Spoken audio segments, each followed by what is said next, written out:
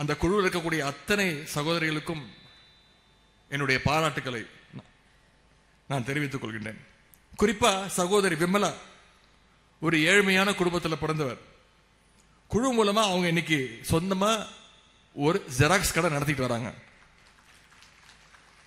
சில வருடங்களுக்கு முன்பு சகோதரி விமலா அவர்கள் தனக்கு யாராவது வேலை போட்டு கொடுக்க மாட்டாங்களா, தன்னுடைய வருமானத்திற்கு யாராவது வழி செய்ய மாட்டாங்களா அப்படின்னு எதிர்பார்த்துட்டு இருந்த சகோதரி விமலா இன்னைக்கு அவங்க 2 சகோதரிகளுக்கு வேலை போட்டு கொடுத்துருக்காங்க. இதுதான் மகளிர் சுய குழுவுடைய வெற்றி. அவங்களுக்கு என்னுடைய வாழ்த்துக்கள். இன்னைக்கு மகளிர் சுய குழுக்கள் தான் பல ஏழை எளிய குடும்பங்களுடைய வாழ்வில் ஒளி ஏற்றிட்டு இருக்கு. குழுவில் இருக்கக்கூடிய மகளிர் மட்டுமல்ல, ஒட்டுமொத்த தமிழ்நாட்டு மகளிரையும் முன்னேற்றுகின்ற அரசாக நம்முடைய திராவிட மாடல் அரசு, நம்முடைய முதலமைச்சர் அவர்கள் தொடர்ந்து பல திட்டங்களை செஞ்சுட்டு வர்றார். நம்முடைய முதலமைச்சர்கள் பெரும்பாலான திட்டங்களை, மிக முக்கியமான திட்டங்கள் அனைத்தையும் மகளிரை மையப்படுத்தி செயல்படுத்தி கொண்டிருக்கிறார். உதாரணத்துக்கு முதலமைச்சர் பொறுப்பேற்ற பிறகு 5 கையெழுத்து, முதல் கையெழுத்து மகளிர் விடியல் பயணம் திட்டம். அதற்காக தான் முதல் கையெழுத்து போட்டார். இன்னைக்கு இந்த மகளிர் விடியல் பயண திட்டத்தின் மூலமாக இன்னைக்கு இந்த 4.5 வருஷத்துல மட்டும் எத்தனை பயணங்கள் தெரியுமா மேற்கொண்டிருக்கிறீங்க? 770 கோடி பயணங்களை மகளிர் மேற்கொண்டிருக்கிறாங்க. அதுதான் இந்த திட்டத்துடைய வெற்றி. அதே மாதிரி முதலமைச்சருடைய காலை உணவு திட்டம், ஒவ்வொரு நாளும் கிட்டத்தட்ட 22 லட்சம் குழந்தைங்க இந்த திட்டத்தின் மூலம் பயன்படுறாங்க.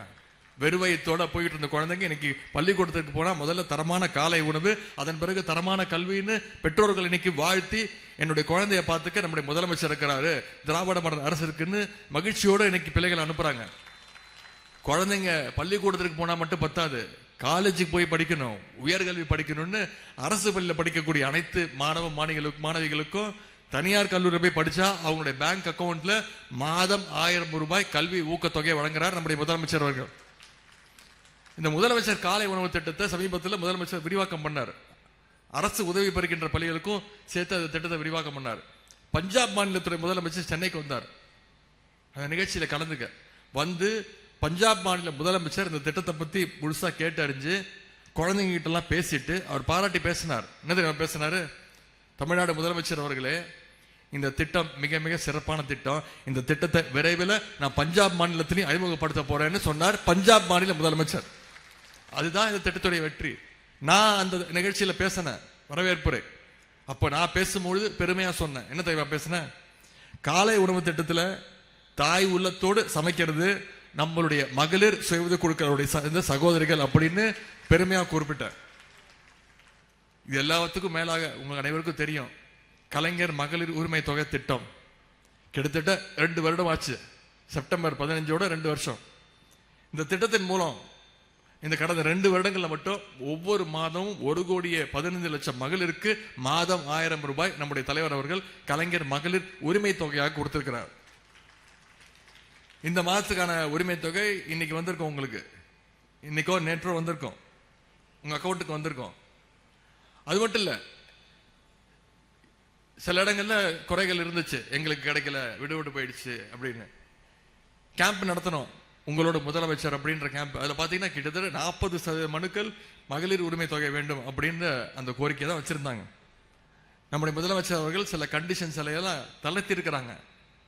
நிச்சயம் ஓரிரு மாதங்கள்ல இன்னும் தகுதியான கூடுதலான மகளிருக்கு கலைஞர் மகளிர் உரிமை தொகை நிச்சயம் வழங்கப்படும் முதலமைச்சர் உறுதி அளித்திருக்கிறார்.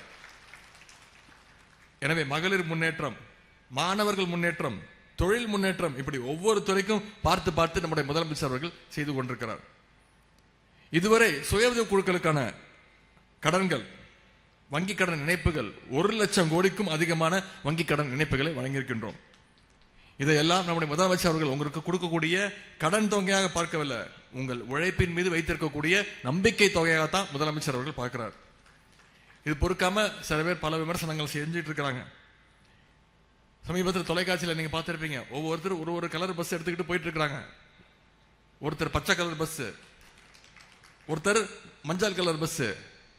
ஆனா நான் சொல்றேன், கடைசியா எல்லாத்தையும் ஓவர்டேக் பண்ணி ஜெயிக்க போவது பிங்க் பஸ் தான். மகளிர் நீங்க யூஸ் பண்ண போற முதலமைச்சருடைய அந்த பஸ் தான் மற்ற எல்லா பஸ்ஸையும் ஓரம் கட்டிட்டு அதுதான் ஜெயிக்க போகுது.